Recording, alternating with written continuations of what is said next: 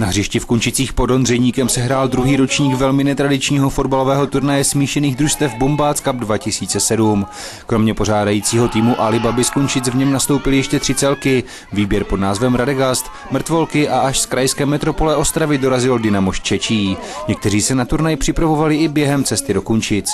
Včerejší den už jsme teda šli někde mezi Příborem a bezejmennou vesnici a všichni se připravili. Druzí si na ní nenašli volnou chvilku. Vůbec žádnou, my jsme vůbec neměli čas.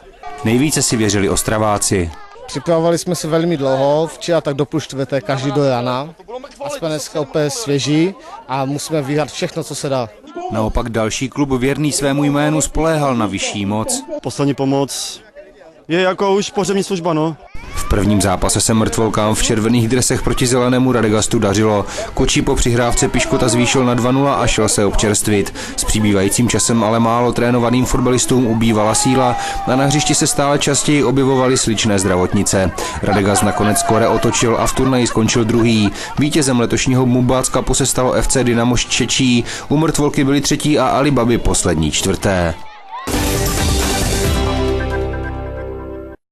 Dnešní zprávy jsou u konce. Děkuji vám za pozornost a někdy příště opět na viděnou.